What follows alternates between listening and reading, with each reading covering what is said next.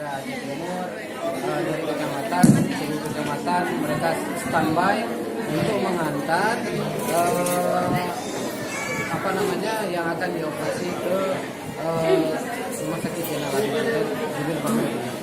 Dan juga saya sangat mengapresiasi atas kepedulian pemerintah Aceh Timur yang hari ini sangat antusias bekerja sama dengan SDM PKH selama program Keluarga Harapan, dan kepedulian ini terus dibangun dengan Pemda Aceh Timur.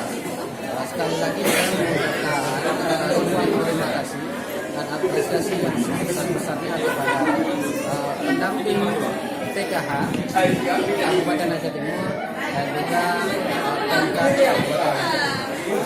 Oke.